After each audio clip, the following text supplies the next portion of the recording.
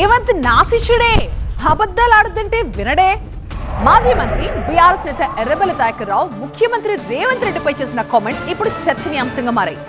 7 సార్లు ఎమ్మెల్యేగా గెలిచిన నేను ఇంట్లో ఉంటే 3 సార్లు ఎమ్మెల్యేగా గెలిచిన రేవంత్ రెడ్డి అబద్ధాలు చెప్పేసి ముఖ్యమంత్రి అయిపోయాడన్నారు. అయినా టాలెంట్ అందరికీ ఉండదన్నారు ఎర్రబెల్లి.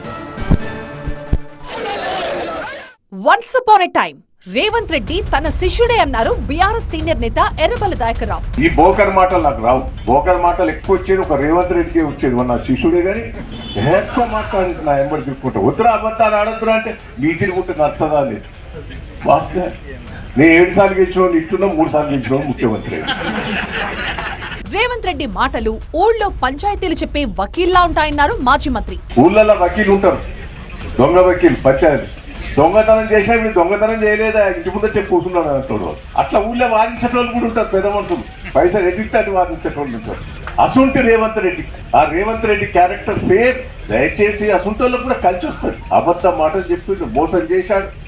తులం బంగారం ఇస్తా, మహిళలకు నెలకి 2500 ఇస్తామని చెప్పి నమ్మించి ఓట్లు వేయించుకుని మోసం చేశారన్నారు ఎర్రబెల్లి. తులం బంగారం నెల రోజులు ఆగుంది, పెళ్లి చేసుకోకండి, వచ్చే నెల చేసుకుంటా తులం బంగారం వస్తారు. 2 ఏళ్ళు లేదు, తులం లేదు, గిరం లేదు.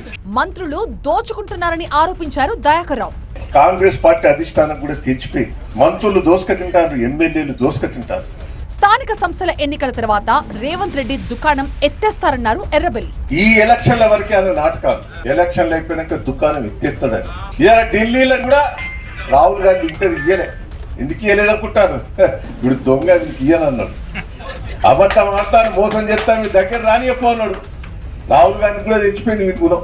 దేవాదుల నీటిని 5 రోజుల్లో విడుదల చేయకపోతే మరో పోరాటం తప్పదన్నారు ఎర్రబెల్లి దయాకర్ రావు.